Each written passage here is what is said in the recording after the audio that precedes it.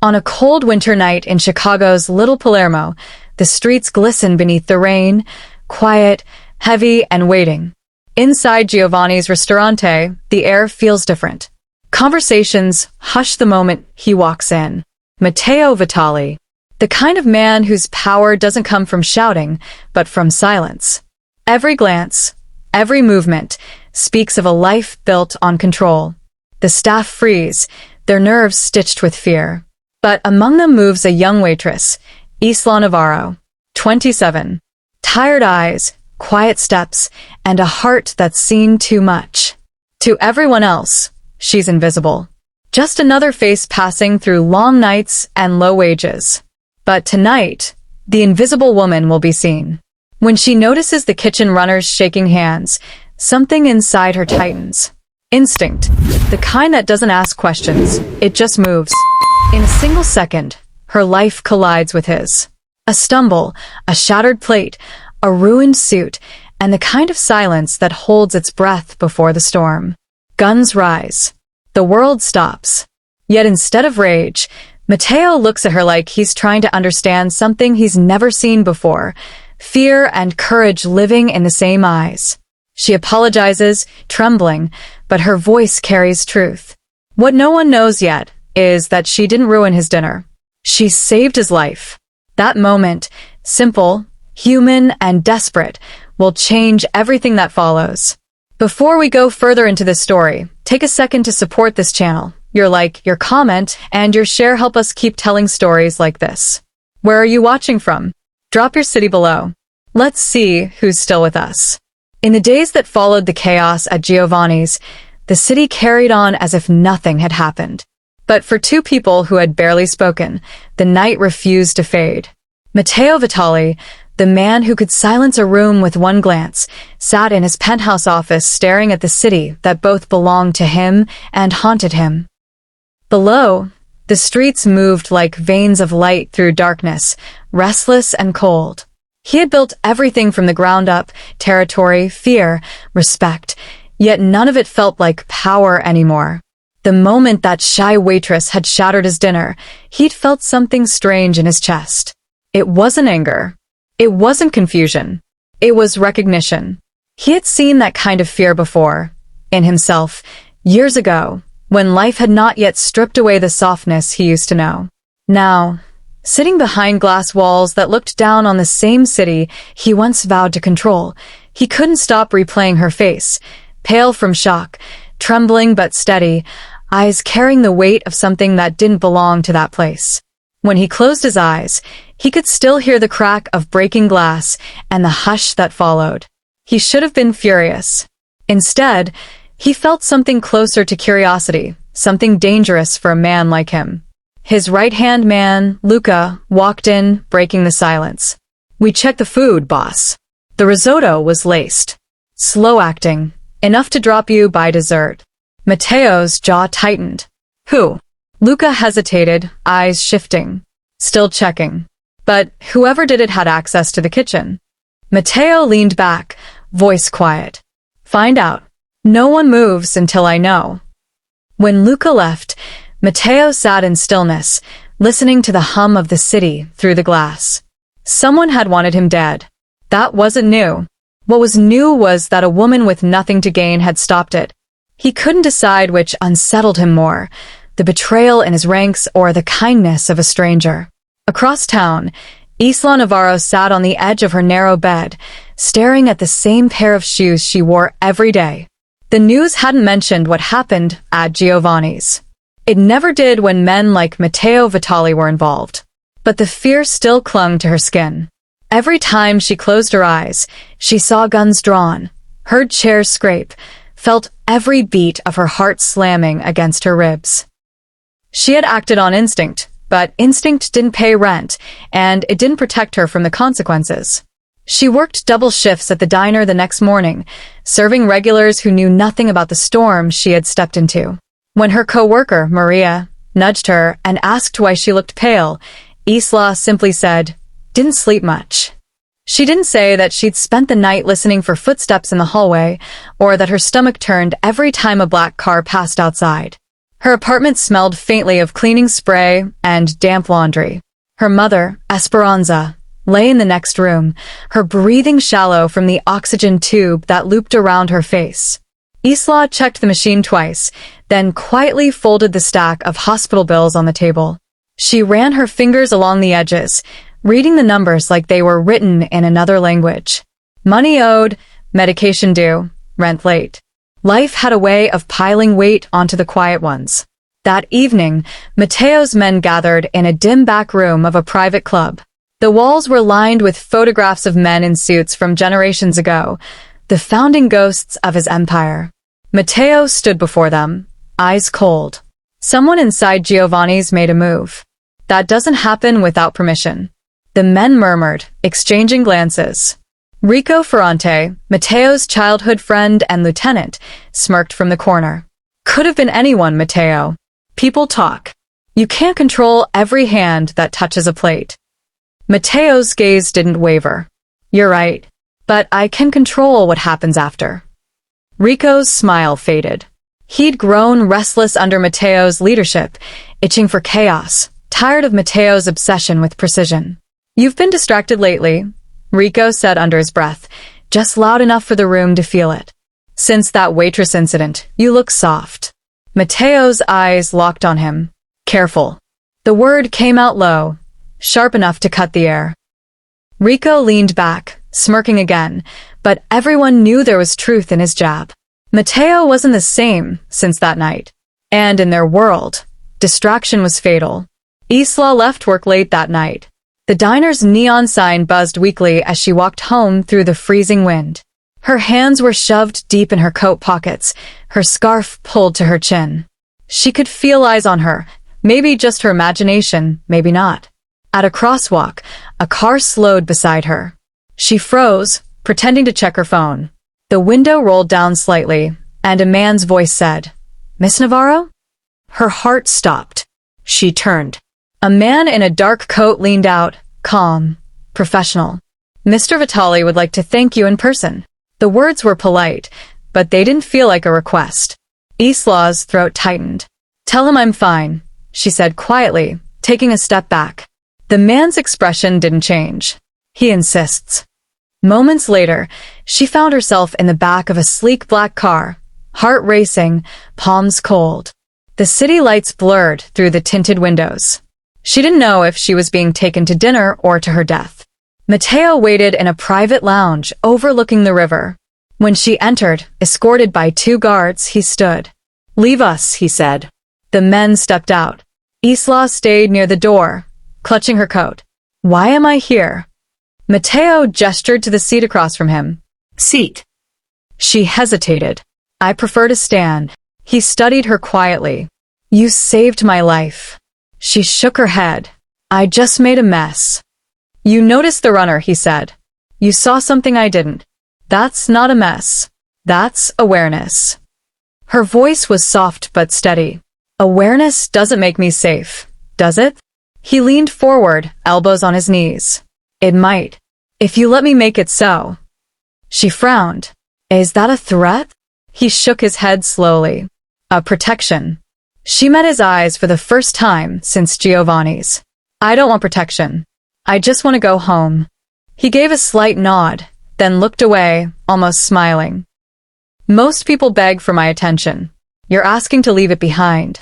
She said quietly, "Maybe that's why you notice me." When she left that night, Mateo watched her go with a strange ache in his chest. Lucas stepped back into the room once she was gone. "You trust her?" he asked. Mateo's eyes stayed on the window. "I don't know, but she didn't lie." "You think it was someone inside?" Mateo nodded. "Rico's been too quiet." Lucas sighed. "You built this life, Mateo. Sooner or later, it was gonna eat itself." Mateo exhaled slowly. "Maybe, but I'm not done yet." At home, Isla sat on her couch, staring at the small envelope Mateo had given her. Cash, enough to cover the hospital bills she'd been ignoring for months. There was no note, no message. Just money and silence. She should have thrown it away, but she couldn't. It felt like a weight in her lap, a reminder that she was now tethered to a man whose world operated by rules she didn't understand. Her brother, Daniel, stumbled in near midnight, smelling of alcohol and regret. "You got any cash?" he muttered, searching her purse. "Danny, stop," she said tiredly. "You promised you'd go to work." "I will, just need a little to get through the week." She looked at him, at the familiar desperation in his eyes. "No." "You'll drink it." He slammed his hand on the table. "You think you're better than me? Serving food to gangsters." The words cut deeper than he meant. She looked away. "I think I'm tired." He left, slamming the door behind him. When the silence returned, she felt the tears sting, but she didn't let them fall. The next morning, Mateo drove alone to his old neighborhood, a part of the city where walls still carried bullet scars from another time. He visited a small grave behind a church, his mother's. He hadn't been there in years. The flowers were dead, the stone worn. "Ma," he said quietly, brushing off the dirt. "I almost died last week. Poison of all things. Someone close." His voice cracked slightly. "You always said I'd lose myself in this life. Maybe you were right." He looked down at his hands, rough and steady. "A girl saved me. A waitress. Didn't even know my name." He smiled faintly. "You'd like her." Later that week, Mateo called Luca into his office. "Keep eyes on her," he said. Luca raised an eyebrow. "You sure that's a good idea? You're drawing attention." Mateo's reply was firm. "She's in danger now. She just doesn't know it." Luca nodded reluctantly. "You ever think maybe she's the danger?" Mateo gave a dry smile. "If she is, she's the kind I can live with." At the diner, Isla noticed the same black car parked across the street more than once. A man pretending to read a paper near the window. It unnerved her, but she said nothing. She told herself it was coincidence, but her gut knew better. Mateo had eyes everywhere, and somehow that thought made her feel both safe and trapped. Her co-worker laughed about her spacing out mid-order, saying, "Girl, you okay? You look like you've seen a ghost." Isla smiled faintly. "Maybe I have." One evening, as she closed the diner, she found an envelope under the register. No name, just a folded note. "Stay away from Giovanni's. You're in over your head." Her breath caught. She looked outside. The street was empty. Fear crawled up her spine. She called her mother's nurse and asked her to stay the night. When she got home, she locked every door, checked every window, then sat by the window with the lights off, watching the street until dawn. Meanwhile, Mateo's suspicions about Rico deepened. Small shipments missing, coded messages intercepted. When he confronted him, Rico laughed it off. "You're seeing ghosts, Mateo. Maybe that girl messed with your head." Mateo stepped closer, voice low. "You know me better than that." Rico's grin faded. "Yeah, that's what scares me." Back at Isla's apartment, morning sunlight filtered through the blinds. Her phone buzzed, an unknown number. She hesitated before answering. A familiar voice spoke. "Isla, it's Mateo." She froze. "How did you get my number?" "You should move your mother out of that apartment. Tonight." Her chest tightened. "Why?" "Because someone knows what you did. And I can't protect you if you stay." "You can't protect me at all," she said, her voice trembling. "You're the reason I'm in danger." Silence hung between them. Then Mateo said quietly, "Maybe, but I'll fix it." Before she could reply, the line went dead. That night, Isla sat by her mother's bed, listening to her breathing. She thought about running, leaving the city, disappearing. But she had nowhere to go, no money except the envelope Mateo had given her. The weight of survival pressed down again. She whispered to herself, "You saved a man's life, and now you might lose yours." Mateo stood by his office window, the city lights flickering like scattered fire. His empire was showing cracks. Men whispering, alliances shifting. He should have been planning retaliation, but his thoughts kept circling back to one thing, her face. The courage that didn't fit her frame. The voice that trembled yet spoke truth. He poured himself a drink, staring into the glass. "You saw something no one else did," he murmured. Now I have to make sure you live long enough to regret it." And as the night fell over Chicago, two people on opposite sides of the city lay awake, one wondering if she could ever escape his shadow, the other realizing he no longer wanted to. Their worlds were never meant to cross again, yet the invisible thread between them was tightening, pulling them towards something neither could name. The waitress who wanted nothing but peace had already stepped into the war she couldn't see coming. And the man who thought he'd lost his soul was about to find it in the most dangerous place imaginable, inside the heart of the woman who had once spilled his dinner to save his life. When Matteo Vitali ordered his men to bring the girl to him, he didn't know why. Power was a habit for him, decisions made on impulse that others carried out before he had to explain them. But this time was different. It wasn't anger that moved him. It was something unfamiliar, a curiosity that pressed at the edges of his control. He wanted to see her again, to understand what made a woman like her step between danger and survival, without knowing which would win. The car waited outside the diner after her shift. The headlights cut through the drizzle as Isla Navarro stepped out into the cold. The night pressed close around her. Chicago had a way of swallowing sound when fear settled in.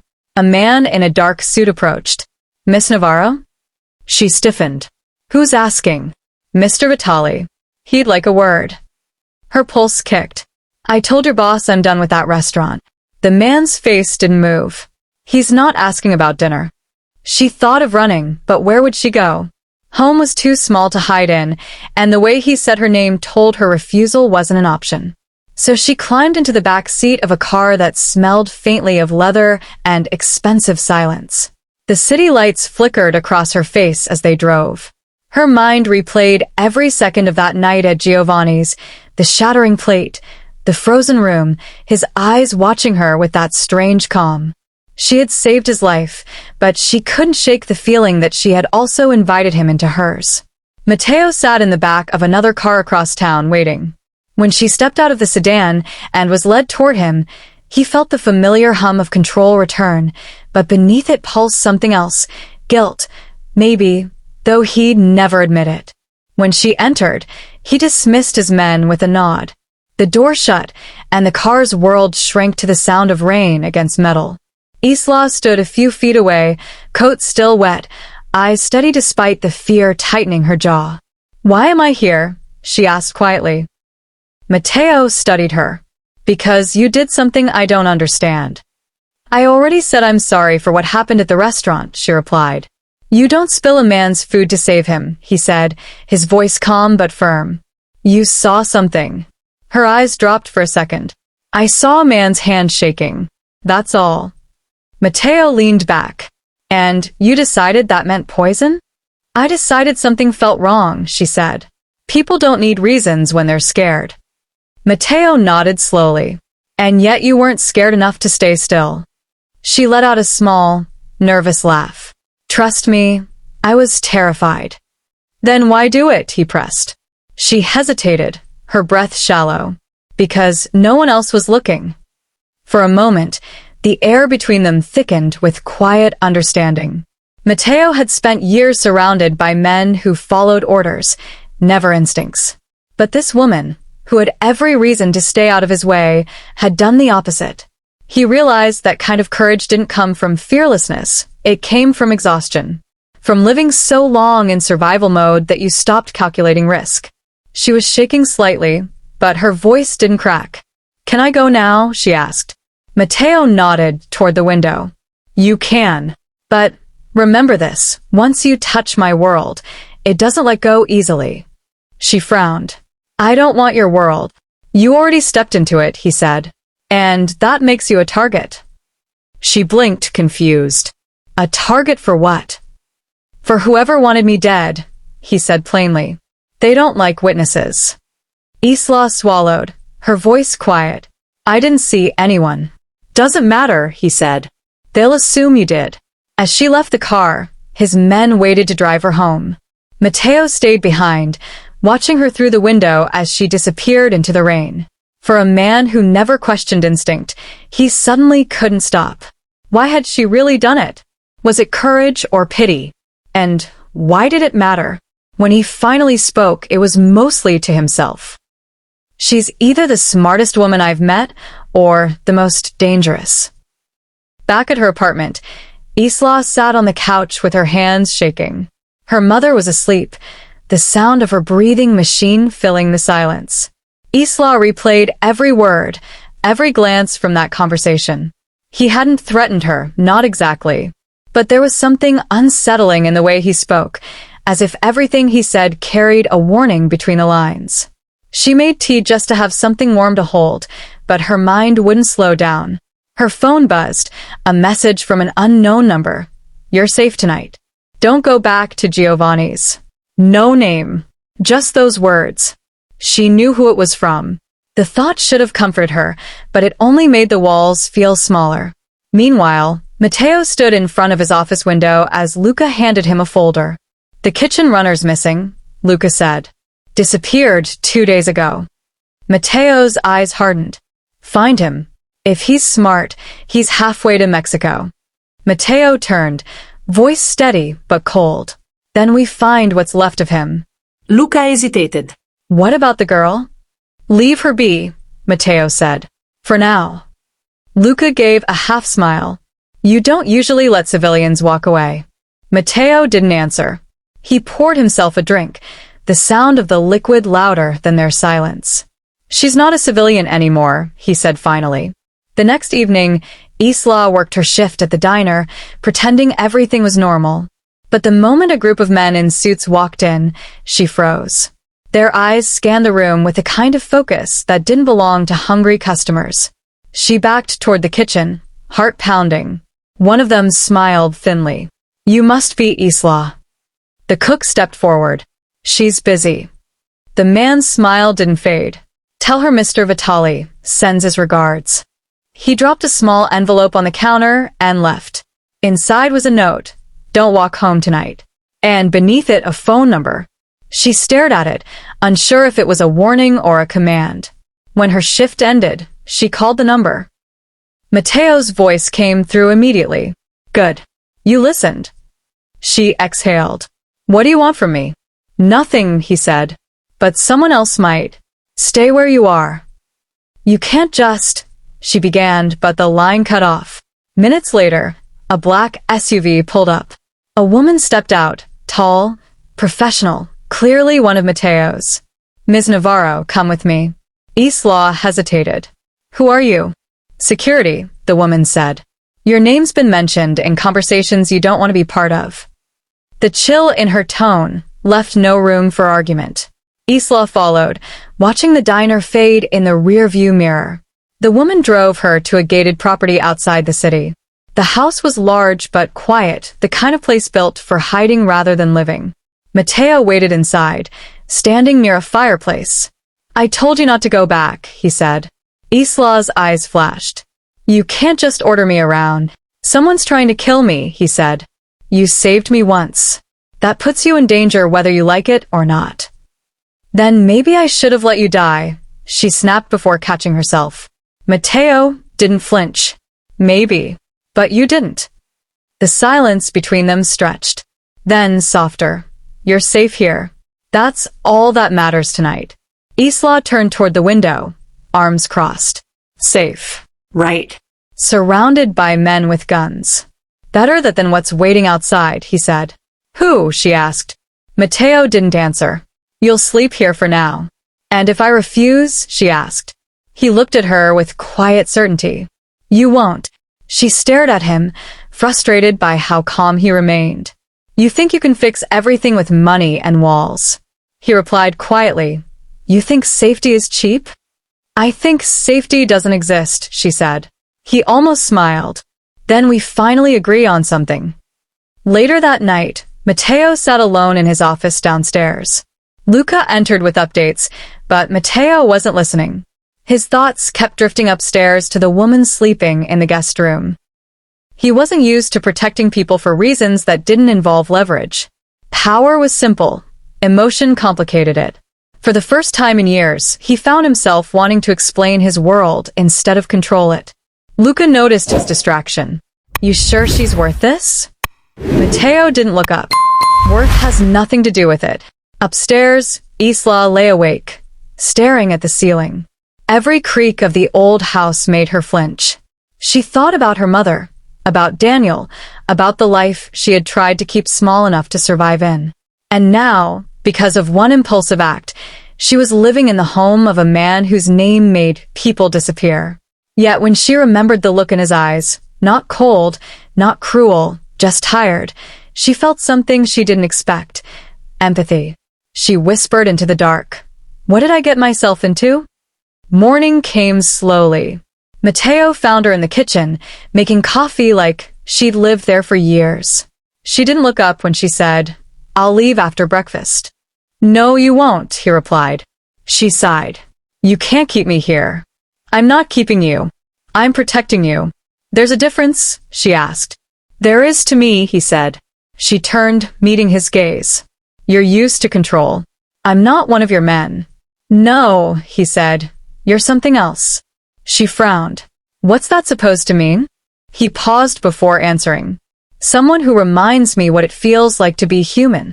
The honesty in his voice caught her off guard. She looked away quickly, pretending not to feel it. Later that day, Luca burst in with news. "We found the runner. Dead." Mateo's jaw tightened. How?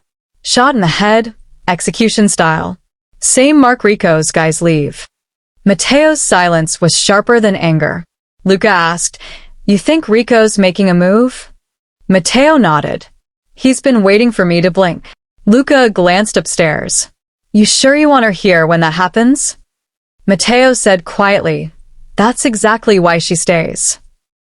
That night, as the house settled into silence, Mateo stood outside Isla's door. He didn't knock. He just stood there, listening to the faint sound of her breathing through the thin wall.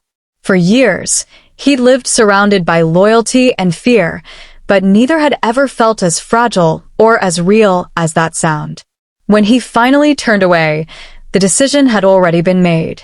Whatever storm was coming, she was no longer just someone he owed his life to.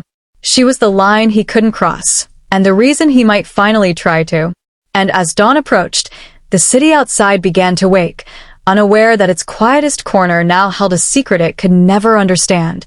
A waitress who didn't belong in that world, and a man who didn't know how to live outside of it. Their paths had collided, and neither of them would leave unchanged. The first act of mercy had saved a life. The next would test what it meant to have one. The morning light crept through the tall windows of Matteo Vitali's home, the kind of light that made dust particles look like secrets suspended in air. The house was quiet, almost too quiet, except for the faint echo of footsteps from the floor above. Matteo had been awake for hours, sitting in his study, with a cigarette burning slow between his fingers, staring at the same half-empty glass of bourbon he hadn't touched. Last night, he'd stood outside her door, listening to the faint rhythm of her breathing through the walls. He told himself it was to make sure she was safe, but the truth was simpler and harder. He didn't know what her presence stirred in him, only that it unsettled the calm he'd spent years mastering. Down the hall, Isla Navarro woke to a silence she didn't trust. The sheets were soft, too clean for someone who'd spent most of her life in cramped apartments with paper-thin walls. She sat up slowly, her mind catching up to where she was. The night before came back in flashes. The car, his voice, the look in his eyes when he told her she was safe.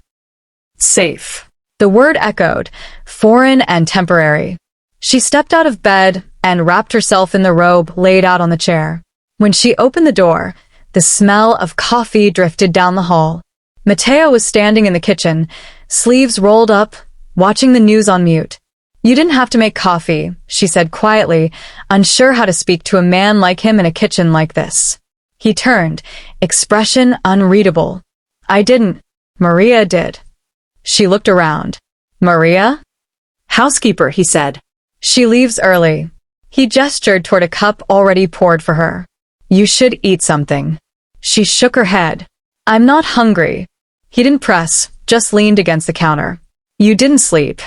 She folded her arms. "Neither did you." His lips twitched. "I don't sleep much anyway." "Because of what you do?"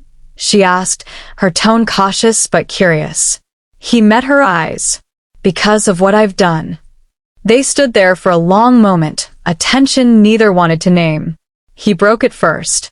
I need to ask you something. She waited. Do you remember anyone acting strange at Giovanni's before that night? She thought back. There was a man in a gray jacket, sitting at the bar. He didn't order anything, just watched the kitchen. Matteo nodded slowly. Name? I didn't catch it, she said. He left before the others arrived. Good, Matteo said, as if that piece of information confirmed something he already suspected. You'll help me remember details. People overlook the quiet ones. That's why you see what others don't. She gave a half smile. That's not a compliment, is it? It's an observation, he said. In my world, those who notice survive longer. Her expression softened slightly. And in my world, they just end up tired. Matteo exhaled through his nose, a sound that almost resembled a laugh. Then we're both running on fumes. As days passed, their uneasy arrangement settled into something neither could define. She remained at his estate under the pretense of safety, but each moment blurred the lines between protector and captive. Matteo had her moved to a smaller guest wing, far from where meetings and phone calls took place. Still, she could hear the occasional raised voice from behind closed doors, fragments of conversations about shipments, territories, and men she'd never meet. Every sound was a reminder of what he was, but the man she saw in the quiet hours didn't fit the image. At night, she'd find him sitting alone in the courtyard, staring at the lights reflecting on the water. One night, she joined him without invitation. You always sit here? She asked. When I need to think, he said. About what? About the people who stopped listening to me before I learned how to make them listen. She turned toward him. You mean fear? Control, he corrected. Fear fades. Control doesn't. She looked at him carefully. You say that like it's a good thing. It keeps people alive. Does it make you feel alive? She asked. His jaw tightened. It used to. The next morning, Luca arrived unannounced. We found something, he told Matteo. The poison wasn't random. It came from inside. Matteo looked up from his desk. Inside Giovanni's? Inside your circle, Luca said quietly. Rico? Matteo asked, though the name felt like a confession. We're not sure yet, Luca said. But people are whispering that you've lost focus. Matteo leaned back, the tension in his shoulders hidden behind stillness. Whispering where? Everywhere, Luca said. Your silence makes them nervous. Matteo smirked faintly. Good. Then his expression hardened. Find out who ordered that hit. And keep Rico close. Luca nodded, hesitating. And the girl? Matteo's eyes lifted. She stays. She's asking questions, Luca warned. Let her, Matteo said. Maybe she'll find answers I can't. Later that day, Isla found herself exploring the library. The walls were lined with old books that smelled like dust and regret. She ran her fingers across the spines, tracing names she didn't recognize. Matteo walked in quietly, watching her. You read? He asked. Sometimes, she said. When I can afford the time. And what do you read? Stories about people who survive things they shouldn't, she said. He nodded. I used to read too. What changed? Life, he said simply. She tilted her head. You talk like someone who's already lived twice. Maybe I have, he said. Once as a son, once as a man trying to forget who that son became. She turned, her eyes softening. That's a lot to carry. It's lighter when no one asks about it, he said. Then why tell me? She asked. He paused. Because you don't ask to understand me. You ask because you already do. She didn't reply, but her silence said more than words could. As days passed, their interaction shifted. The hostility faded into something more human, fragile, curious. She started helping Maria in the kitchen, cooking meals instead of waiting to be served.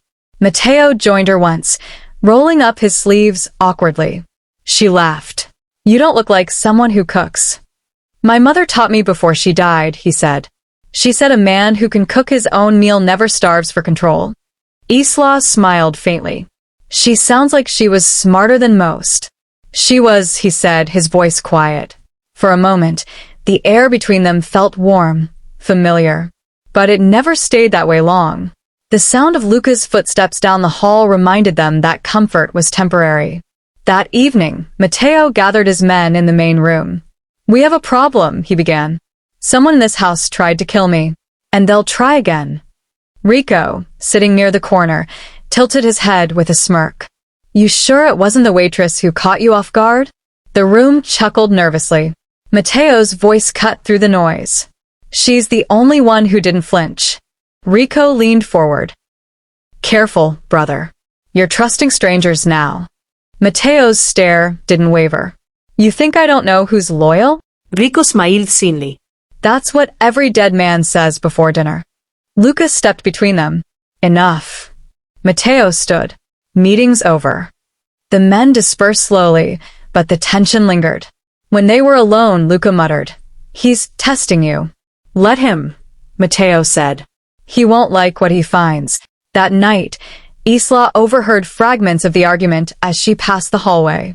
The words betrayal and loyalty echoed through the heavy doors. She stopped, listening, realizing she was no longer just an observer in someone else's world. She was part of it. When Matteo found her outside, he didn't scold her. He simply said, "Eavesdropping gets people hurt in my line of work." She met his eyes. "Then maybe you shouldn't speak so loud." His lips twitched. "You have nerve." "I have ears," she replied. He studied her a moment longer before saying, "If you're going to stay here, you might as well understand what you've walked into. My world runs on trust. And trust is a currency everyone spends until it's gone." She said quietly, "Then why do you keep me here?" "Because for some reason," he said, "you haven't asked me for anything yet." The next morning, news reached them that one of Matteo's warehouses had been burned. He stood in the courtyard, the phone pressed to his ear, his voice low and calm. "Handle it quietly. No retaliation until I say." When he hung up, Isla approached him. "You look like you just lost something important," she said. "Just property," he replied. "It's replaceable." "And the people?" she asked. "They weren't," he said. The words were heavy, honest. "You talk about loss like it's a routine," she said. "It is," he replied. "In this life, everything's temporary. Loyalty, peace, people." She looked at him carefully. "What about forgiveness?" He gave a faint, humorless laugh. "That's the one thing we can't afford." Days turned to weeks. The air between them thickened with tension that wasn't just fear. Matteo caught himself watching her when she wasn't looking, the way she folded her sleeves before washing dishes, the way her laughter sounded like something he hadn't heard in years. And Isla, against all logic, found herself drawn to the man she should have hated. It wasn't his power or his presence. It was the quiet moments, the ones where he looked less like a boss and more like a man who carried too many ghosts. One evening, she found him alone again in the courtyard, staring at the skyline. "You ever wish you'd done things differently?" she asked. "Every day," he said. "Then why don't you?" "Because every choice I've made built the walls that keep me alive." "And what do those walls keep out?" she asked softly. He turned to her. "People like you." That night, Matteo couldn't sleep. He poured himself another drink and stood by the window, watching the reflection of his own face against the city lights. He knew he was slipping. The calm, the control, the discipline he'd lived by were eroding every time she looked at him with eyes that didn't see the monster the world believed him to be. Luca's words echoed in his mind, that she was asking questions, that his men were talking, that Rico was waiting for weakness. But it was too late. Something inside him had already shifted, something that no amount of strategy could undo. He thought back to the night she ruined his dinner and realized that what felt like chaos then might have been the first honest moment he'd had in years. The next morning, as the house came alive with footsteps and murmured voices, Matteo made a decision. He walked into the kitchen where Isla was helping Maria prepare breakfast. She looked up, surprised. "You're up early," she said. "I couldn't sleep," he replied. "Neither could I," she said softly. He studied her, as if memorizing the way she stood in the morning light. "I'm going to the city tonight," he said.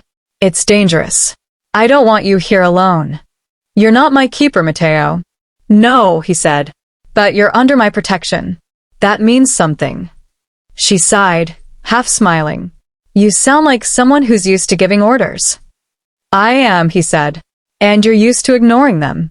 She smiled faintly. Then we're even. He walked away before she could see the way that smile lingered on him longer than it should have. And as the day turned into night, the distance between them no longer felt like safety. It felt like tension waiting to break. Two people from different worlds, trapped in the same house, both fighting the same realization, that trust was no longer just a question of survival. It was becoming something far more dangerous. Before we go further into the story, take a second to support this channel. Your like, your comment, and your share help us keep telling stories like this. Where are you watching from? Drop your city below. Let's see who's still with us. Night felt like a confession over Chicago. The air outside Matteo's estate was thick with the weight of something about to be broken. Inside, the house glowed faintly under low amber lights, warm enough to suggest calm, deceptive enough to hide what was coming. Isla Navarro stood by the window, looking at the city stretched out like a distant promise she no longer believed in. Days had passed since she first arrived, and still, she didn't fully understand why she was there. He called it protection, but protection felt like a cage when you didn't have the key. Matteo had been quieter lately, more withdrawn. He left the house at odd hours, returning before dawn with eyes that looked older than his face. He'd said he was handling things, but never what things meant. That night, curiosity gnawed at her like hunger. Down the hall, she heard the muffled thud of footsteps, the creak of the front door closing, and the low hum of an engine fading into the distance. Matteo had left again. She waited a few minutes before moving. Something in her chest pushed her forward, the part of her that needed truth, even if it hurt. She grabbed her coat, slipped out the side door, and followed the direction his car had gone. It was reckless, she knew that, but staying ignorant felt worse than being afraid. The cold bit through her sleeves as she walked 2 blocks down the quiet street. She caught sight of a dark sedan parked near the intersection, one she recognized. The driver was Matteo's man, Luca. He leaned against the hood, smoking. She ducked behind a line of parked cars, watching. A black SUV pulled up moments later. The headlights cut across the road and then went dark. Matteo stepped out, his coat collar turned up against the wind. He said nothing as another man exited the SUV, older, stockier, with a scar slicing through one eyebrow. Isla couldn't hear the words, but she saw Matteo's posture shift. Calm, collected, the kind of stillness that came before violence. The other man spoke fast, waving his hands, and Matteo didn't interrupt. He just listened. Then suddenly, the silence broke. Matteo's hand moved, fast, sharp, precise. The other man's knees buckled, collapsing onto the pavement with a sound that cut through the air. Isla's breath caught. The gunshot that followed was quieter than she expected, muffled, controlled, but it echoed through her bones. She pressed a hand to her mouth, frozen in the shadows. The man hit the ground, lifeless. Matteo stood over him, saying nothing. The wind tugged at his coat as he looked down at what he'd done with a kind of emptiness that frightened her more than the act itself. Luca handed him a handkerchief, and Matteo wiped his hands as calmly as if he'd spilled coffee instead of blood. Isla stumbled backward, heart pounding so hard she thought it would give her away. She turned and ran. By the time Matteo returned home, she was waiting. He entered the living room, removing his gloves, and froze when he saw her standing there, coat still on, eyes wet and wild. "Where were you?" she asked, voice trembling but firm. He didn't answer. "I saw you," she said. "I saw what you did." His face didn't move, but something behind his eyes flickered. Not surprise, not guilt, just inevitability. "You shouldn't have followed me," he said quietly. "You killed him, Matteo." "He was going to kill me," he said. "He tried to have me poisoned at Giovanni's." "You could have turned him in," she said. He almost smiled at that. "To who? The law? You think justice lives there?" "Then what's the point?" she said. You survive, but you're already dead. The words hit him harder than he let show. You think you know me, he said. You saw one moment and decided you understand everything. I saw enough, she said. I saw what kind of man you really are. He stepped closer, voice low. And what kind is that? She swallowed, forcing the words out. The kind who stopped pretending a long time ago. Silence stretched between them, heavy, personal. He turned away first. You think you saved me that night at Giovanni's. Maybe you did. But don't forget, Isla, I never asked to be saved. No, she said, you just keep killing to stay alive. That's the only way this world works, he said. You live by mercy, you die by it too. She shook her head, tears glinting. I used to think courage meant stepping into danger. Now I think it means walking away from people who can't stop creating it. He looked at her then, really looked, and for the first time his control cracked. You think I want this? He said, voice breaking around the edges. You think I haven't buried people I loved? I've been in this war since I was a boy. Every friend I've ever trusted is either dead or waiting to take my place. He paused, his breathing heavy. You saw me kill him, but you didn't see what came before, what he did to my mother, what he did to me. She frowned, confused. Your mother? He nodded slowly. She died when I was 17. He was the one who gave the order, and I was too scared to stop him. His voice softened, turning almost fragile. That's the cost of control, Isla. It doesn't stop with power. It takes everything. Your peace, your sleep, your soul. She stood there, arms trembling. Then stop, she whispered. You can still stop. He laughed quietly, a sound that wasn't joy but resignation. You can't stop something you built with your own hands. She stepped closer. You can try. And then what? He asked. Walk away? Pretend none of this exists? People like me don't get to start over. Maybe you don't, she said. But you could try for the people who never had a choice. For your mother. For me. He stared at her, and for the first time in years, the idea of leaving everything behind didn't sound like weakness. It sounded like freedom. He wanted to tell her that. He wanted to tell her she reminded him what decency looked like, but all he could say was, you shouldn't have seen that. I had to, she said. Because if I didn't, I'd keep pretending you're something you're not. And what am I? He asked quietly. Human, she said. That's the problem. You still feel. The next day, she avoided him. Every sound of footsteps down the hall made her stomach tighten. She couldn't stop seeing it. The flash, the collapse, the look in his eyes afterward. He didn't chase her. He let her be, knowing space was the only thing that might keep her from running for good.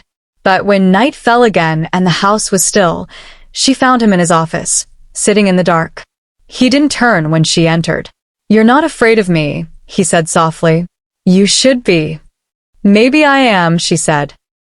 But I'm more afraid of what happens to people when no one's willing to see the good left in them. He looked over his shoulder, studying her. You still think there's good in me? She hesitated. I think there's something. He poured 2 glasses of whiskey, handed her one. To what? She asked. To the truth, he said. She took a small sip, feeling the burn down her throat.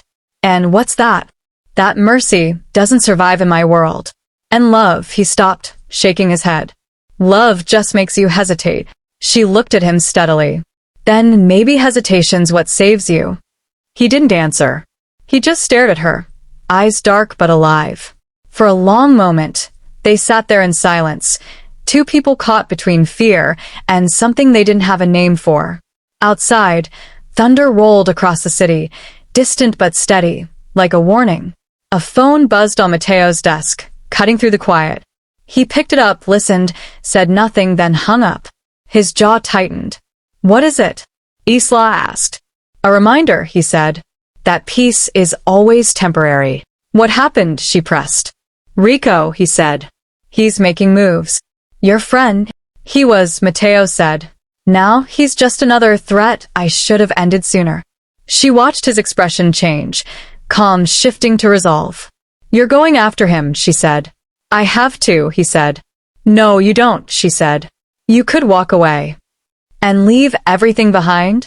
Maybe that's what you need to do. You don't understand, he said.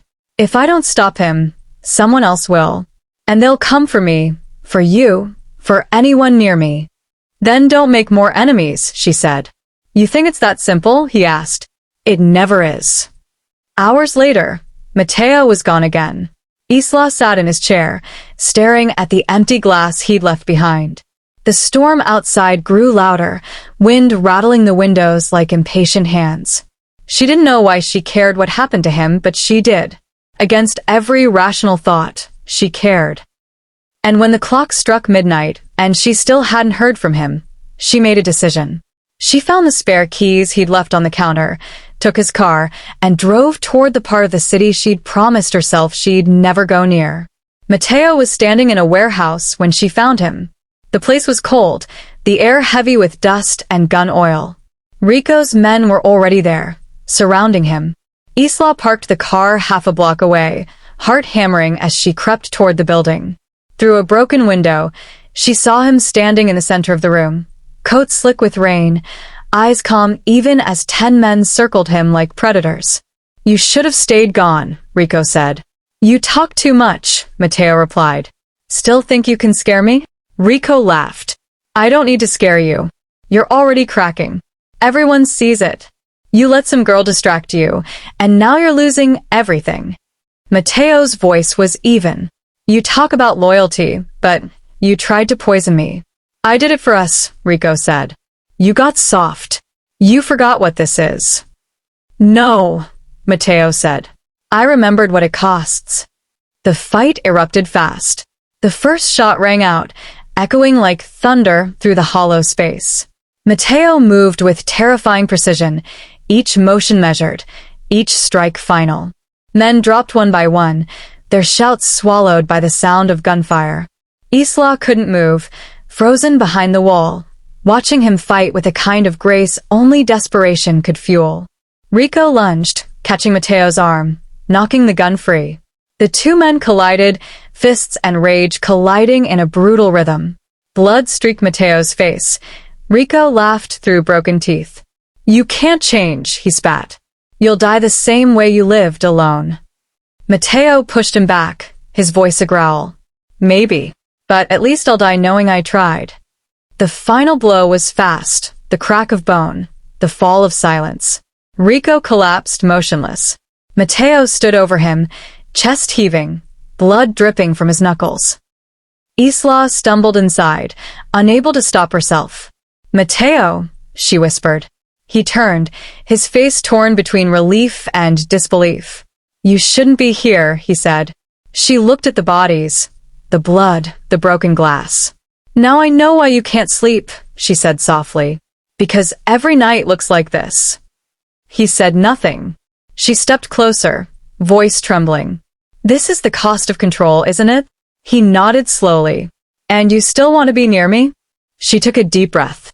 I don't know what I want, but I know what I saw at night. You killed to survive. I survive by pretending I'm not afraid. Maybe we're not that different. He looked at her like he wanted to believe that. She reached for his hand, the one still smeared with blood, and whispered, Then stop fighting everything that's left in you. For a moment, time held still. Two broken people standing in the wreckage of choices that couldn't be undone. The sound of sirens echoed faintly in the distance, closing in. Mateo turned toward the noise, then back to her. It's not over, he said. It never is. She shook her head. Then make it be. He looked at her one last time, the weight of everything between them hanging in the air. Go home, Isla, he said, before you forget who you are. She didn't move. And what about you? I stopped knowing a long time ago, he said. And as the sirens grew louder, the camera would have lingered on them. The girl who wanted to save a man too far gone, and the man who finally saw what saving looked like. In that moment, power meant nothing. Only the truth remained, raw, unspoken, irreversible. The night after the warehouse changed something neither of them could explain.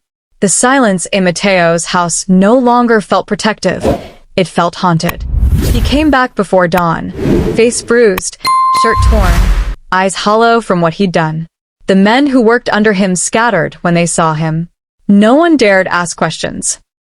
But when he stepped inside, Isla was there, waiting in the dim kitchen light, her arms crossed, her face pale but steady.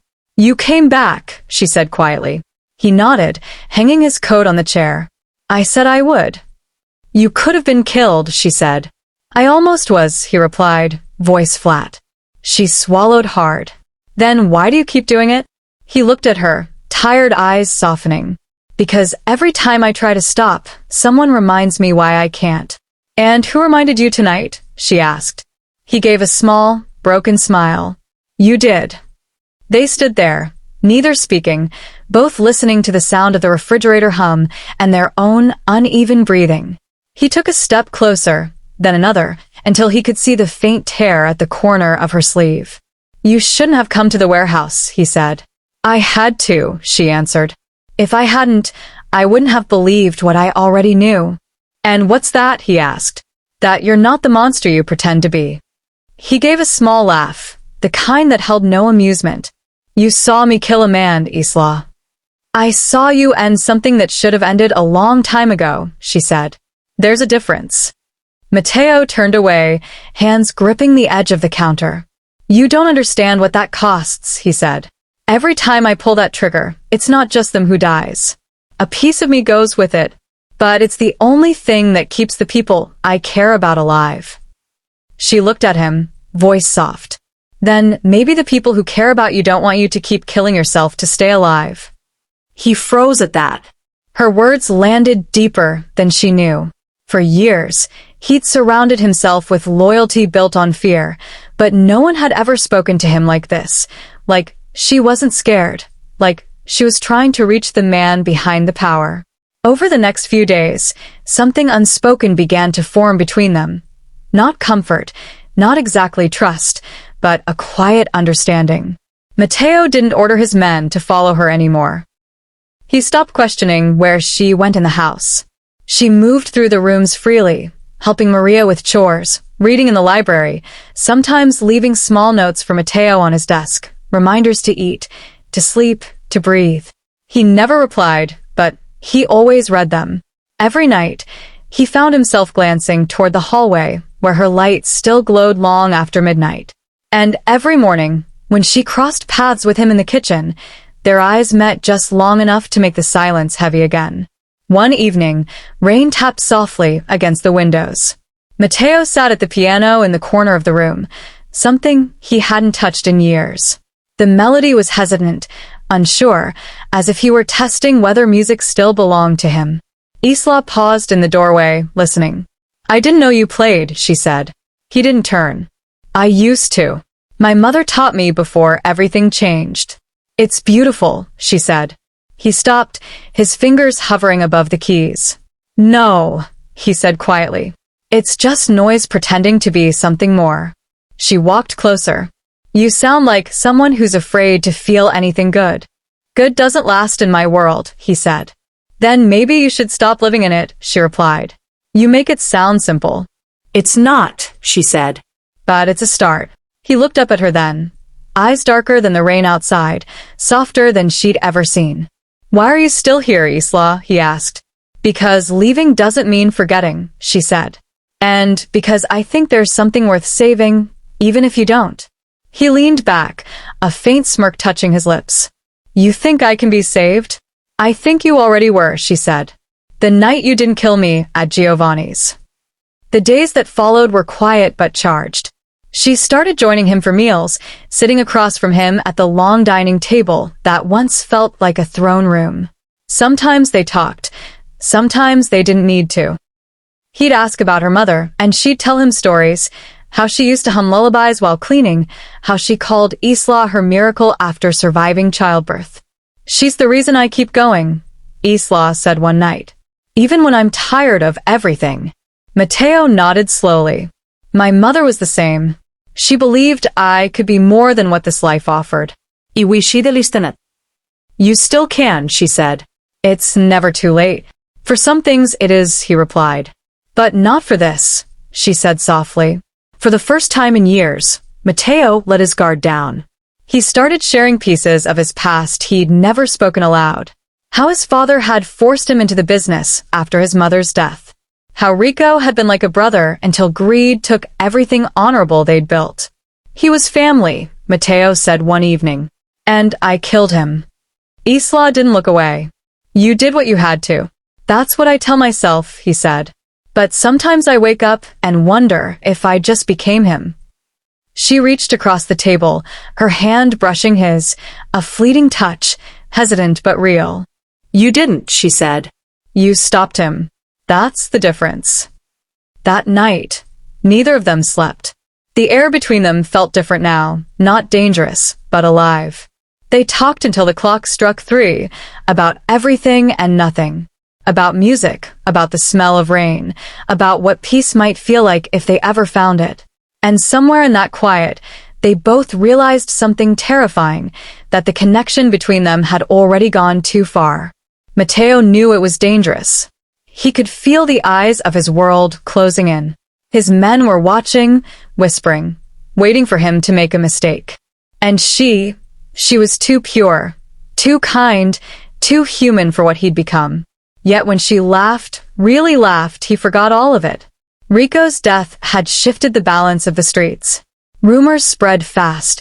Matteo Vitali, once untouchable, now distracted by a woman. Rivals started testing him, small attacks here and there. Luca tried to warn him. You're giving them time to organize, Luca said one morning. You've been different since she came. Different doesn't mean weak, Matteo said. It does in our world, Luca replied. They smell change, and they call it softness. Matteo looked him dead in the eye. Let them call it what they want. I'll deal with it when it comes. Luca hesitated. And if she gets caught in the middle? Matteo's voice dropped. Then they'll regret ever touching her. That night, Isla noticed the tension building in the house. The guards whispered more, the phone calls grew shorter, and Matteo paced more than he Saturday. Something's wrong, she said when she found him staring out the window. Nothing I can't handle, he replied. You're lying, she said. He turned to her. You don't want the truth. I've seen worse, she said. Tell me. He hesitated, then exhaled. There's a power shift coming. Rico's death left a hole, and holes in this business don't stay empty for long. People want control, and they'll use whatever they can to get it. Fear, money, you. Her breath caught. Me? They think you're my weakness, he said. Are they wrong, she asked. He looked at her, his silence the only answer. The following evening, he came to her room. She was sitting by the window, reading under the glow of a small lamp. He knocked once, quietly. You should pack a bag, he said. Why? You're leaving tonight. Where? Somewhere safe, he said. She stood up, closing the book. I'm not running. You don't have a choice, he said. They're watching. Then let them, she said. I'm not afraid of them. You should be, he said, stepping closer. Because they'll come for me through you. Then fight, she said. Don't send me away like I'm some problem to solve. He clenched his fists. I'm trying to protect you. No, she said softly. You're trying to protect yourself from caring too much. His breath caught. You think that's what this is? I know it is, she said. Because every time you look at me, you flinch like it hurts. He closed his eyes, a quiet pain settling in his voice. It does. Then let it, she said. Stop running from it. He opened his eyes and looked at her, and for a moment, the world outside disappeared. The rain against the glass, the ticking clock, the faint hum of the city, all of it faded until there was only her voice, low and steady. Matteo, she whispered, you've spent your whole life trying to be untouchable. But maybe the only way to survive now is to be human again. He didn't answer. He just looked at her like he wanted to memorize her face before everything fell apart. If I let you stay, he said finally, there's no going back. I never wanted to go back, she said. And as the night deepened, the tension between them became something fragile and terrifyingly real.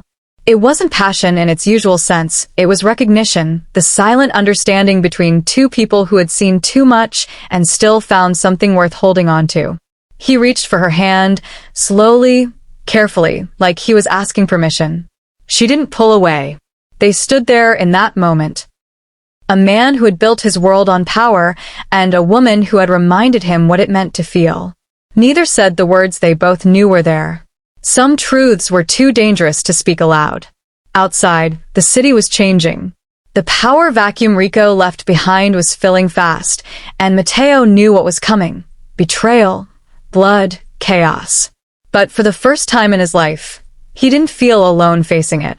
He felt anchored to something pure, something that made every choice heavier, but somehow worth it. When she finally left his room that night, she looked back once, and he said quietly, "Whatever happens next, don't forget this.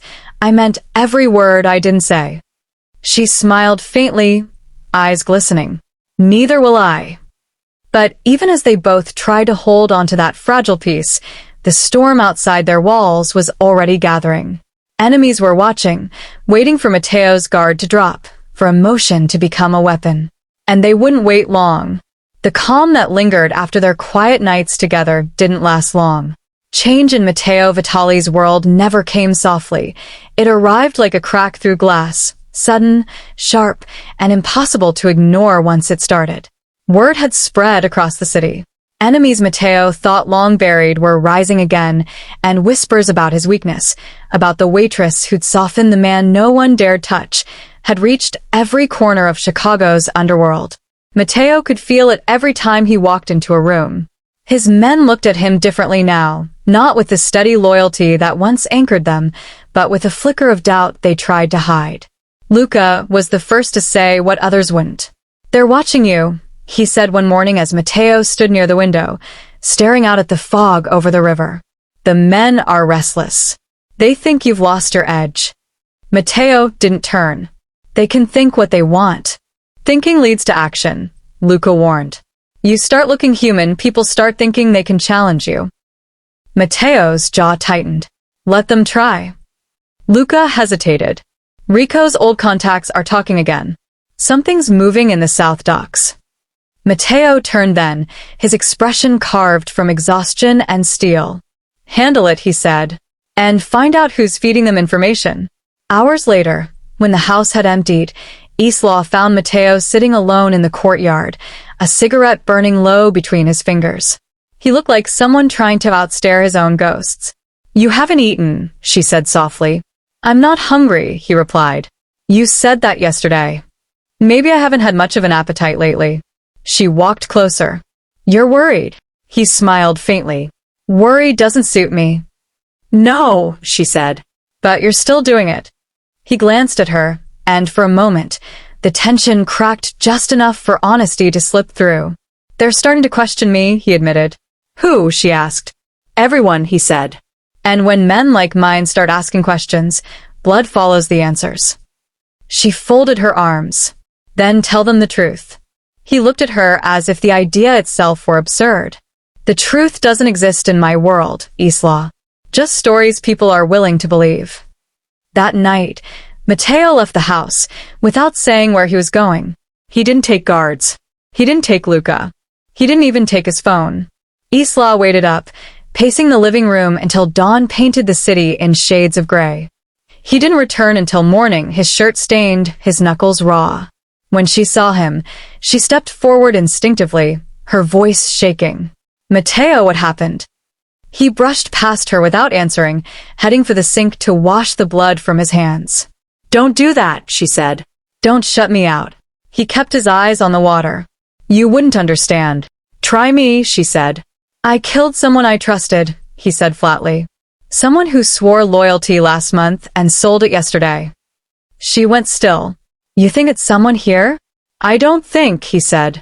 "I know. I just don't know who." He turned off the faucet, wiping his hands. "Until I do, everyone's a suspect." "Everyone?" she asked. "Even me?" The silence that followed was cold and sharp. He looked at her, not with the tenderness she'd come to know, but with suspicion creeping into the edges of his gaze. "You've been here through everything," he said quietly. "And somehow, the timing of all this feels convenient." She took a step back, disbelief flashing across her face. "You think I'd do something to hurt you?" I think you're smarter than you pretend to be, he said. You've been asking questions. You've walked through rooms you weren't supposed to. Because I'm trying to understand you, she said. Because I care about you.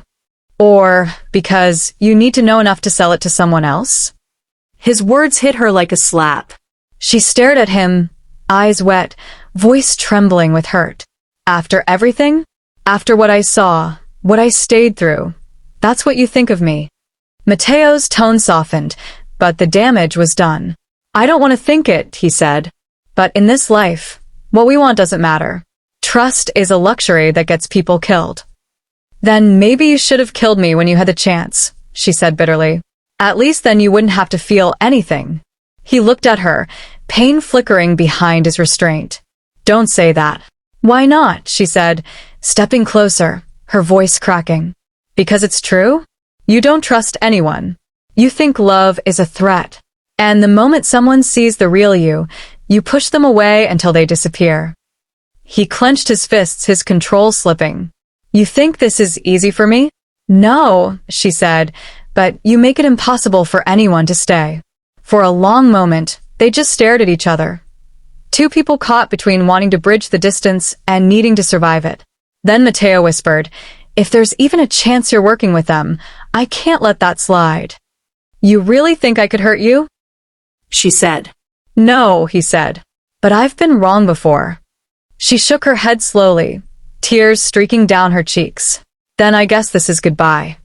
She walked past him, grabbed her coat, and headed for the door. Isla, he said quietly, but she didn't stop.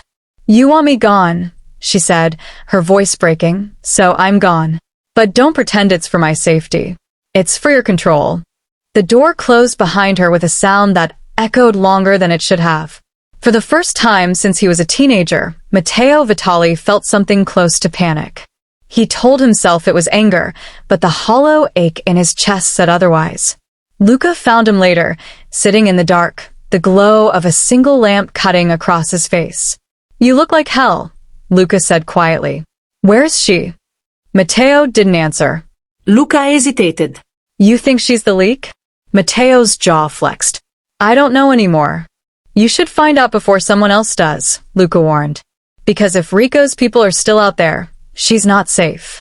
Matteo's head snapped up. What do you mean? Word on the street is someone's been watching her apartment. She's still a target, Matteo. Matteo was out of his chair before Luca finished speaking. He didn't call for backup. He didn't wait. The drive across the city felt endless, the skyline blurring under streetlights that bled into one another. He reached her building in 20 minutes. Her door was open. The apartment was in disarray. Overturned chair, broken vase, the faint metallic scent of blood in the air. He froze, heart slamming against his ribs. Isla, he called out, his voice low but desperate. No answer. Just the slow creak of the hallway door swinging shut. He walked inside, eyes scanning the room like a predator tracking scent. The note on the table stopped him cold. One sentence, written in rushed, unfamiliar handwriting. She's mine now. Matteo's knuckles went white around the paper. His mind didn't need to guess who it was. Rico's men, or what was left of them, had taken her. He stood there for a long time, motionless, the sound of his breath filling the silence. When Luca arrived minutes later, Matteo's expression was something he hadn't seen since the early days. Cold, pure rage wrapped in absolute focus. They took her, Matteo said. How long ago? Not long. They're sloppy, left tracks. Where? South Side, Luca said. Old meatpacking district. One of Rico's old warehouses. Matteo nodded once, the decision made. Get the cars ready. By the time they arrived, the streets were empty, the air thick with humidity and tension. Matteo's men surrounded the building quietly, their movements swift and precise. Inside, Isla was tied to a chair in a dim room lit by a single bulb. Her lip was bleeding, her face pale but defiant. One of the men, the one with a scar cutting across his cheek, paced in front of her. You know, you made quite an impression, he said. Our boss dies, and suddenly the great Matteo Vitali starts losing his mind over a waitress. You must be special. You don't know him, she said quietly. Oh, I know enough, the man replied. I know he'll come for you. And when he does, I'll put a bullet in his heart just to watch him bleed. She met his gaze, voice steady. Then you better make it count. Outside, Mateo gave the signal. The silence shattered, glass breaking, doors crashing open, men shouting. The air filled with chaos, gunfire, and footsteps pounding through the halls. Mateo moved through it all like he'd been born for this, precise, unflinching. When he found the room, he didn't hesitate. The man with the scar turned just in time to see Mateo raise his gun. One shot, clean, final. The man dropped instantly. Isla flinched but didn't look away. Mateo rushed to her side, untying the ropes, his hands shaking despite himself. Are you hurt? He asked. I'm fine, she said, her voice trembling. You shouldn't have come. He looked at her, jaw tight. You really think I'd let them take you? After what you said, she asked quietly. After you accused me of betraying you? His eyes softened, regret cutting through the anger. I was wrong. You think that fixes it? She said. You think saving me erases what you did to us? He didn't answer. He couldn't. Instead, he helped her to her feet, steadying her as she stumbled slightly. We need to go, he said. It's not safe here. She pulled her arm away. You mean it's not safe for you? For both of us, he said, his voice cracking under the weight of everything unspoken. She looked at him, exhaustion in her eyes. You can't keep saving me, Mateo. Not when you're the one I need saving from. He didn't argue. He knew she was right. Outside, the gunfire faded, leaving only sirens approaching in the distance. They walked out together, neither speaking, the night wind carrying the smell of smoke and gunpowder. For a long moment, it felt like the world had stopped, the city holding its breath, waiting to see what they'd become after this. And as the red and blue lights flickered against the wet pavement, Mateo turned to look at her. I'll make this right, he said. You can't, she replied. Some things don't get fixed. They just end. He looked down, nodding slowly, as if he'd known that all along. And in that quiet moment before the sirens reached them, before the next storm began, Matteo Vitali understood something he'd spent his whole life running from. That power could protect everything except the one person who refused to be owned by it. And that losing her wasn't punishment. It was consequence. The city hadn't slept in 3 nights. Chicago's underworld pulsed like a wounded animal, unpredictable, cornered, dangerous. The fallout from Isla's abduction had turned Matteo Vitali's world into chaos. Every phone call was a lie. Every handshake felt like betrayal. The men who once swore allegiance now whispered behind closed doors, waiting to see which side would survive. The Vitali empire, built on precision, loyalty, and fear, was cracking under the weight of its own silence. Matteo hadn't been home since the night he found Isla's apartment empty. He lived inside his car now, the smell of gasoline and sweat clinging to him, the city's pulse matching the rhythm of his rage. He didn't speak to anyone who couldn't bring him closer to her. When Luca told him Rico Ferrante was alive, the world tilted back into focus, and Matteo knew that the time for control was over. He'd spent his life trying to be the man his father taught him to be, calm, patient, strategic, but love had changed the rhythm of his heartbeat, and now all he could hear was urgency. Every street corner, every warehouse, every safe house connected to Rico's name burned before dawn. Matteo's men moved like ghosts through the south side, dismantling the network that had once been his own creation. Find him, he told Luca. I don't care how many doors you break. We already checked the docks, Luca said. Then check again, Matteo snapped. He's hiding in the places he knows I won't go. And where's that? Luca asked. Matteo's jaw clenched. Where I grew up. That night, Matteo drove alone to the old church on the outskirts of Little Palermo, the same place he used to sit as a boy, praying for the mother he lost too early and the father he couldn't forgive. The building stood like a ghost of another life, its windows cracked, the bell tower half collapsed. He knew Rico would choose it. Rico had always loved irony, making his enemies face their past before he destroyed their present. The church was quiet when Mateo stepped inside, his gun drawn, the echo of his footsteps bouncing off marble floors that once held prayers. The scent of incense and dust hung in the air, and from the shadows came a familiar laugh, low, mocking, unhurried. "You always did like dramatics, Mateo," Rico's voice said. "But I have to admit, I didn't expect you to walk in alone." Mateo's voice was steady. "Where is she?" "Safe," Rico said. "For now." A flicker of movement in the corner revealed her. Isla, tied to a chair near the altar, her face bruised but her eyes steady. The sight of her nearly buckled Mateo's knees. "You touch her again," he said, "and I'll kill you before you take another breath." Rico smirked, stepping out from the shadows, a gun loosely hanging in his hand. "You already killed me once when you chose her over me," he said.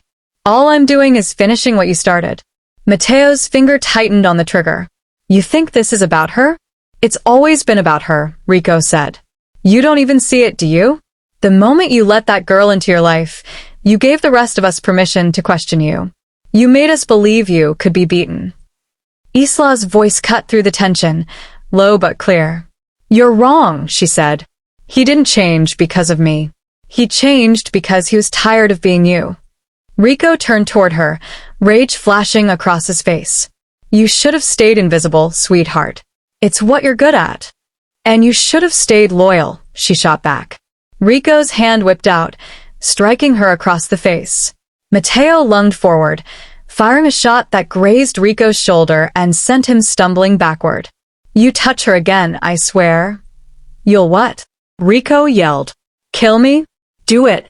End me and prove to them you're still the monster they need you to be." Mateo's breath came hard, his gun steady, but his hand trembling. "You think this is about power?" he said. "You think I care about ruling men who only understand fear? You took something from me I can't replace, Rico. The one person who looked at me and didn't see what I became." Rico laughed, clutching his shoulder. "That's the point, Mateo. You can't be both things. You can't love and lead. You can't protect and control. You have to pick one." "I already did," Mateo said. And with that, he dropped the gun to the floor. Rico stared, confused, as Mateo stepped closer. "You want to end this?" "Fine. But I'm not killing another brother." Rico raised his gun. "You're making it too easy." In that instant, Isla moved.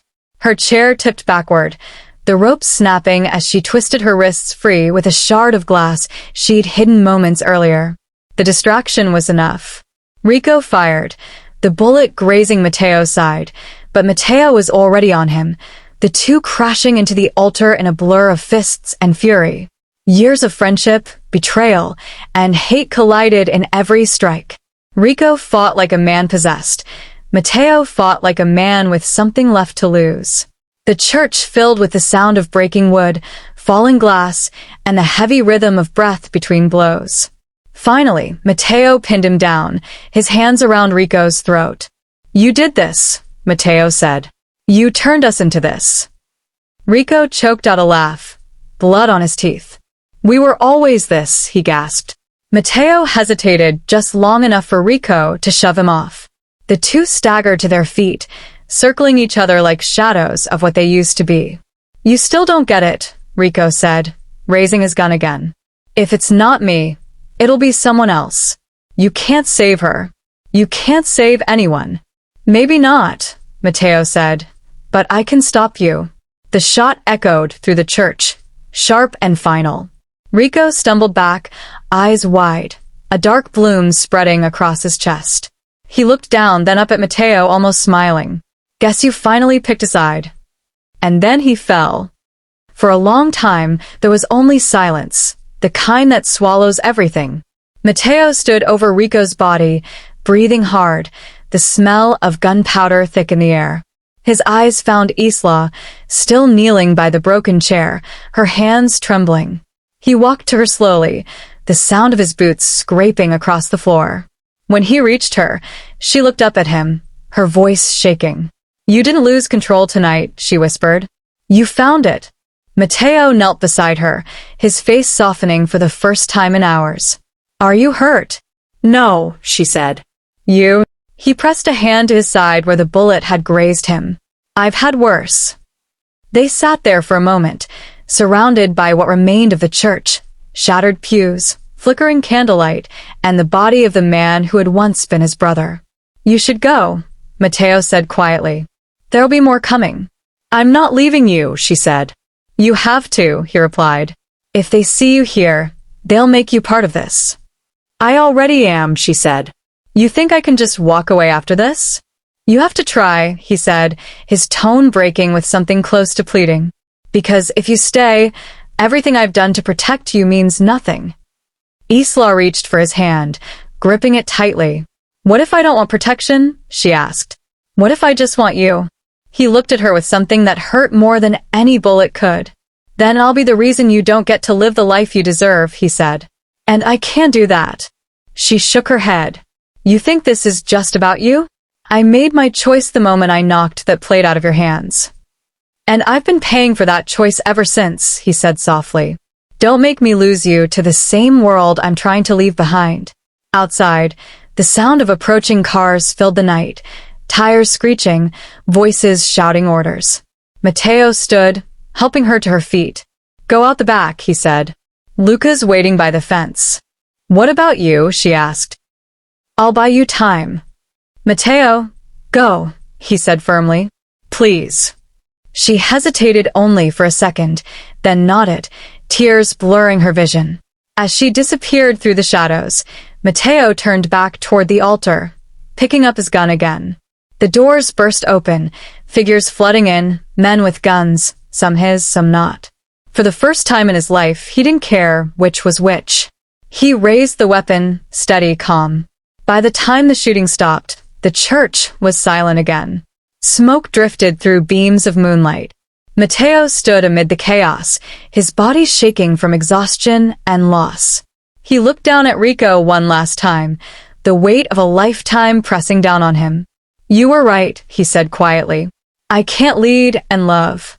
But maybe I don't need to do either anymore. He turned and walked toward the exit, every step echoing through the hollow space behind him. Outside, the sky was just beginning to lighten, dawn creeping across the city that had taken everything from him. In that moment, Matteo Vitali stopped being a man of power and became something else entirely, a man with nothing left to fear. Behind him, the church burned, its flames reaching high enough to stain the sky. Ahead of him, the sound of Isla's footsteps faded into the distance, each one pulling him closer to a future that might never exist, but still felt worth walking toward. And as the last echo of gunfire disappeared into the wind, the empire that had defined his name for decades crumbled with it, not from defeat, but from choice. When the gunfire stopped, the world seemed to exhale for the first time in hours. Smoke curled through broken windows of the church, the fire slowly suffocating itself on ash and ruin. Matteo Vitali stood there, motionless, his breathing uneven, the faint echo of distant sirens humming like ghosts in the distance. The empire he had spent a lifetime building now felt smaller than the silence that filled the space around him. Rico was gone. His men were scattered. His purpose, that rigid structure that had once given his life meaning, had collapsed beneath the weight of love and loss. He walked through the remnants of the pews, each footstep soft against the marble floor, the smell of gunpowder and burnt wood still thick in the air. For a man who had always been certain of his path, this was the first night he had no idea where to go.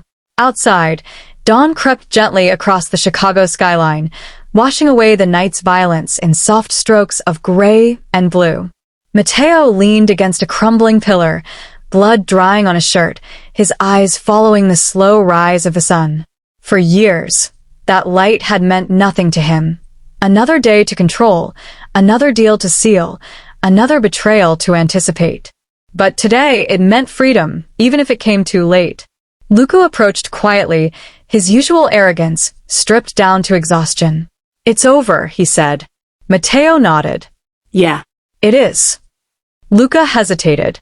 The men, they're waiting for orders. They don't know what to do without you. Matteo's gaze didn't move. Tell them they're free, he said simply. Free? Luca frowned. From what? Matteo turned to him, his voice calm but final. From me. Luca didn't respond at first. He just looked at the man he had followed for half his life and saw something he had never seen before. Peace. You're really walking away, Luca said. Matteo gave a faint smile that barely reached his eyes. I've killed for loyalty, bled for it, destroyed men for breaking it. But if loyalty costs this much, it's not worth buying. Luca looked down, the weight of the words settling in. You know they'll come after you, he said. Let them, Matteo replied. They can't take what I'm already giving up. Luca nodded slowly, a quiet respect replacing the confusion. What about her, he asked. Matteo paused for a long moment, the question slicing through his composure like a whisper of truth he wasn't ready to face. She deserves a life that doesn't start and end with men like me, he said. She'll never have that if I stay. That afternoon, Matteo returned to the penthouse that once symbolized his success. The city stretched beneath him, glittering with indifference. The walls were lined with art he no longer cared about, bottles half empty from nights he couldn't remember, and photographs of people who were either dead or pretending to be loyal. He moved through the rooms like a ghost retracing steps that no longer belonged to him. On the desk, a single folder sat open, documents, offshore accounts, deeds, the proof of everything he owned. He stared at it for a long time before closing it and sliding it into a drawer. It's all yours, he told Luca, who stood quietly in the doorway. Make something out of it that doesn't end in blood. And if I can't? Luca asked. Matteo gave a faint shrug. Then you'll know how it feels to lose everything for nothing. Later, he found himself outside Isla's apartment building, standing across the street with his hands in his pockets. He hadn't planned on coming. Part of him hoped she was gone, that she had escaped the chaos he left behind. But when her light flickered on and her silhouette moved across the window, he stayed. She looked different now, still gentle, still soft-spoken, but there was something else in her, a strength that hadn't been there before. She was alive, and that was enough. He didn't go inside. He couldn't. Some distances aren't measured in blocks but in guilt. Instead, he whispered to the wind, You made me remember what it feels like to be human. Inside, Isla stood by the window, sensing something she couldn't explain. The night had changed her. The fear that once defined her had been replaced by a strange calm. She touched the small bruise on her cheek, a reminder of the cost of courage, and whispered softly, Wherever you are, I hope you're free. Outside, Matteo turned away just as she drew the curtain, both of them feeling the presence of the other, without knowing why. He walked until the city swallowed him, his steps echoing down streets he used to own but no longer recognized. Every shadow he passed looked like a memory, every corner a confession. He wasn't the man people whispered about anymore. He was just another face in a city full of regrets. Days bled into weeks. Rumors spread that Matteo Vitali was dead, killed in the same fire that consumed the church. Some said he fled to Italy. Others said the FBI finally caught him. But those who truly knew him understood he wasn't hiding. He was done. He spent his mornings by the lake, feeding pigeons, dressed like any other man his age. The scars on his knuckles faded slowly, but the ones inside refused to heal. Sometimes he thought about Isla, about how her voice had sounded when she said his name, half afraid, half trusting. He wondered if she hated him or missed him or simply moved on. He never tried to find out. Love, he realized, wasn't always about staying. Sometimes it was about walking away before you broke what was still pure. One evening, as the city lights reflected across the water, Luca found him sitting on a bench, cigarette burning low between his fingers. I didn't believe it until I saw you, Luca said. Matteo smirked faintly. I told you I'd disappear. The streets are quiet, Luca said. Too quiet. Matteo chuckled softly. Then I did something right. They still talk about you, Luca added. They say you went soft for a woman. Matteo's eyes lifted toward the horizon. They're not wrong. Do you regret it? Luca asked. Matteo thought for a moment before replying. No. For the first time, I made a choice that didn't come from fear. Luca nodded slowly, understanding that this wasn't a man who'd lost his power. It was a man who'd finally learned what it meant to stop chasing it. That night, Matteo walked through Little Palermo one last time. The neighborhood was changing, new restaurants, new faces, a new kind of life taking root where old ghosts used to linger. Giovanni's Ristorante had reopened, brighter now, filled with laughter instead of whispers. He stopped outside, hearing the faint hum of music and clinking glasses. For a moment, he thought about going in, about letting her see him one last time, but he knew better. Some reunions aren't meant to be spoken. They're meant to be felt. He turned to leave, but before he could step away, the door opened and Isla stepped out to take the trash to the alley. She froze when she saw him, her eyes wide with disbelief. "Matteo," she breathed. He stood still, unsure whether to smile or apologize. "You look well," he said softly. "You look alive." "I could say the same," she replied, her voice trembling between relief and fear. For a long moment, they just looked at each other, two people bound by something too complicated to name. "I heard what happened," she said quietly. "They said you were gone." "Maybe I was," he said, "but not in the way they think." She stepped closer, her expression searching. "Why are you here?" "To make sure you're okay," he said. "And now that I know you are, I can go." "You don't have to," she said. "You could stay." Matteo shook his head gently. "If I stay, everything I left behind follows me.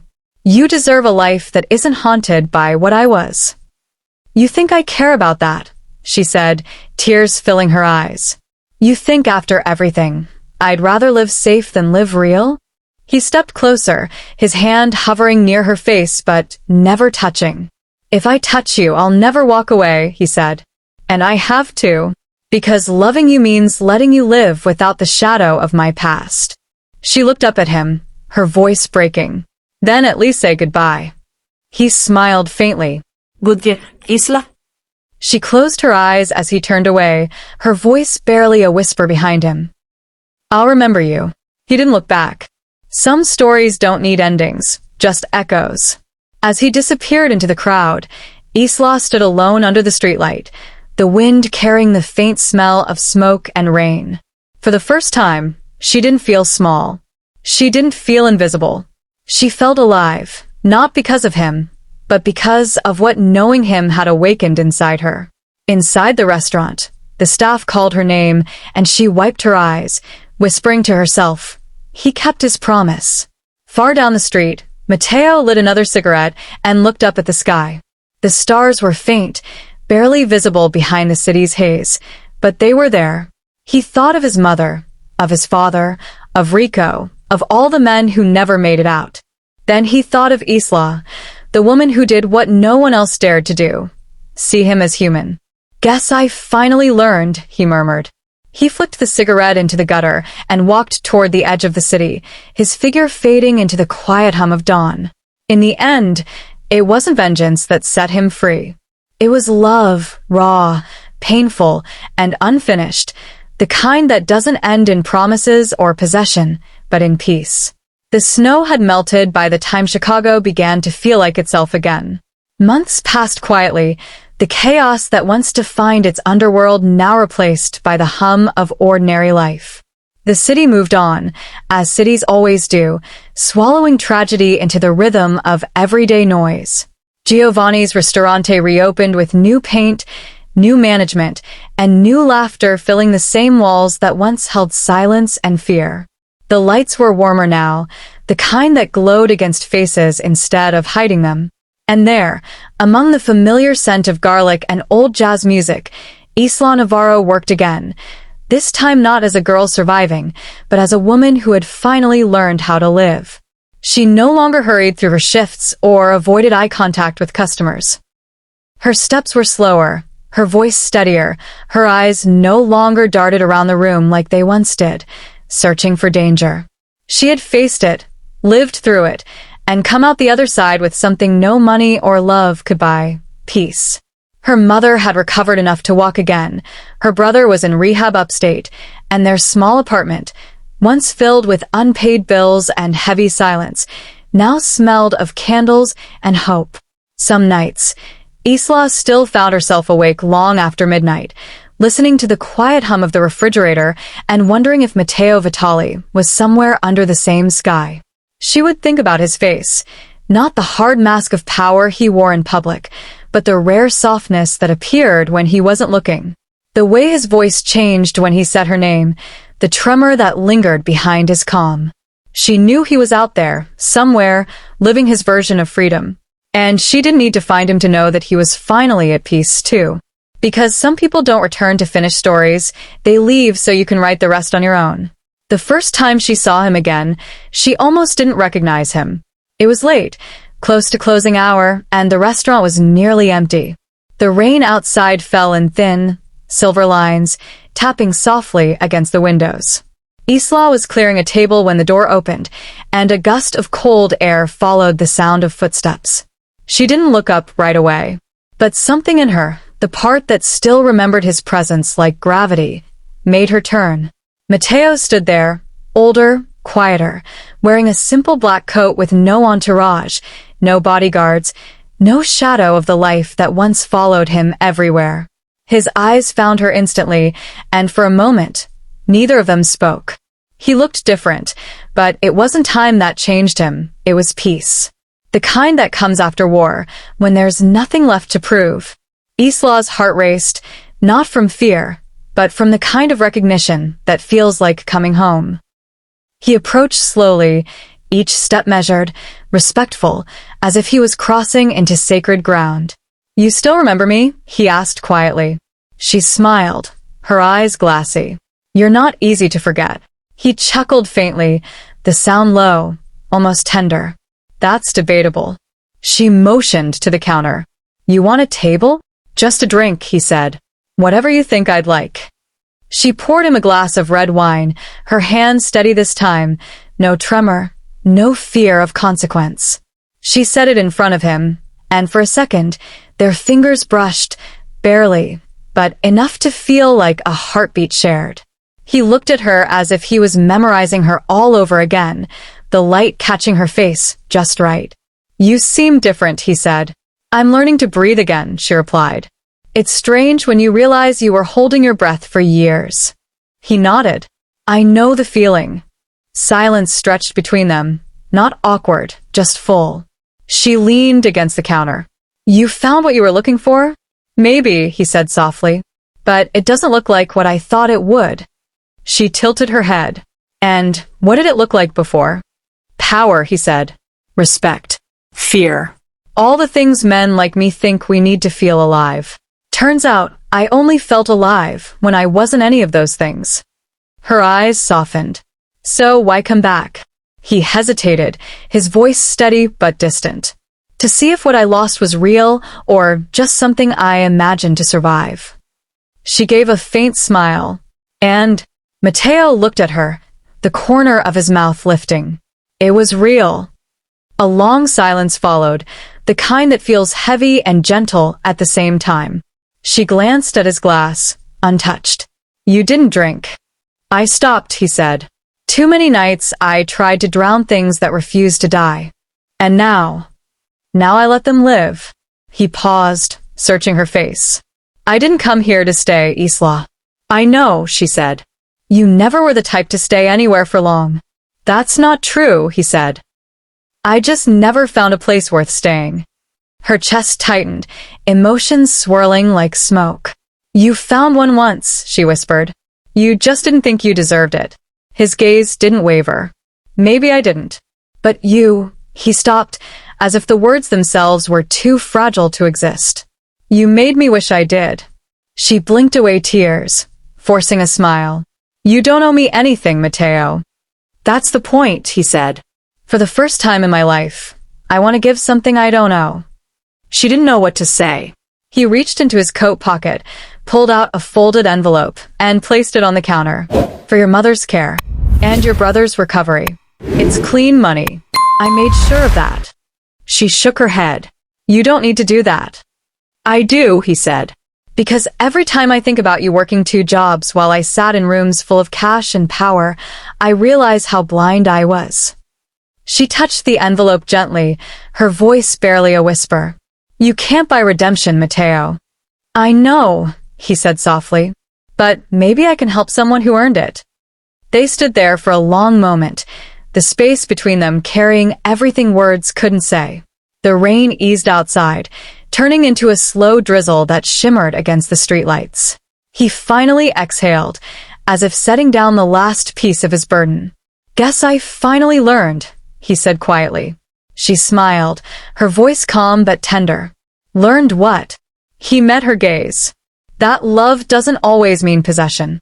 Sometimes it means letting go and still wishing them peace. Her eyes glistened. Then you did learn. He smiled faintly, finished his glass, and stood. She followed him to the door. Will I see you again? She asked softly. He paused, one hand on the handle. You already have, he said, his eyes holding hers with quiet finality. Every time you choose peace, you see me. As he stepped into the rain, she watched him go, not with sorrow, but with something that felt like closure. The streetlight caught the edges of his coat, the faint shimmer of water against the pavement, the outline of a man who had once ruled the city and now walked through it like any other soul trying to make peace with his past. He disappeared into the night, leaving behind nothing but the faint echo of his footsteps and the scent of rain that lingered long after the door closed. Isla stood there, her hands pressed to the counter, tears falling freely, not from heartbreak, but from gratitude, for the ending, for the lesson, for the courage it took to love someone who could never stay. That night, when she locked up the restaurant, she sat by the window and looked out at the quiet street. The same city that once terrified her now felt like home. She realized that Mateo's presence had never been about saving her. It had been about reminding her that she had been saving herself all along. She whispered softly to the night, You found peace. So did I. Then she smiled through her tears, because for the first time, both statements were true. Months later, customers still talked about the mysterious man who had come in one rainy night and left without a trace. No one knew his name, and Isla never said it out loud again. Some stories, she knew, aren't meant to be explained. They're meant to be felt, carried quietly, like a heartbeat beneath memory. She lived her life simply, but with new grace. Each morning, she brewed coffee, served customers, and laughed with her coworkers. And every evening, when the golden light hit the tables just right, she felt him there, a quiet presence, not haunting, not heavy, but reminding her that love, even the kind that ends, still leaves warmth in its wake. Years later, when she finally took over Giovanni's, people said she had a strength that couldn't be taught. They called her kind but firm, gentle but untouchable, as if she carried a secret she never told. Maybe she did. Maybe it was the memory of a man who taught her that power means nothing if it costs your peace. Maybe it was knowing that mercy had once saved a monster, and in doing so, freed her too. In the end, Matteo Vitali was never seen again. No one knew where he went, whether he crossed the ocean, started over, or simply faded into the quiet corners of the world. But Isla knew he was alive somewhere, living the life he had always been denied, one without violence, without masks, without empire. Just a man finally breathing freely. And so the story ends not with reunion, but with understanding. In a city once defined by blood, it wasn't revenge or power that rewrote the legacy of Matteo Vitali. It was mercy. One act of courage by a shy waitress changed the course of an empire, proving that even the smallest kindness can echo louder than gunfire. Some love stories don't end in forever. They end in freedom. Before you go, take a second to support this channel. Your like, your comment, and your share help us keep bringing powerful stories like this to life. Where are you watching from? Drop your city below, and if you made it to this point, comment, I'm still here. Let's see the ones who stay to the very end.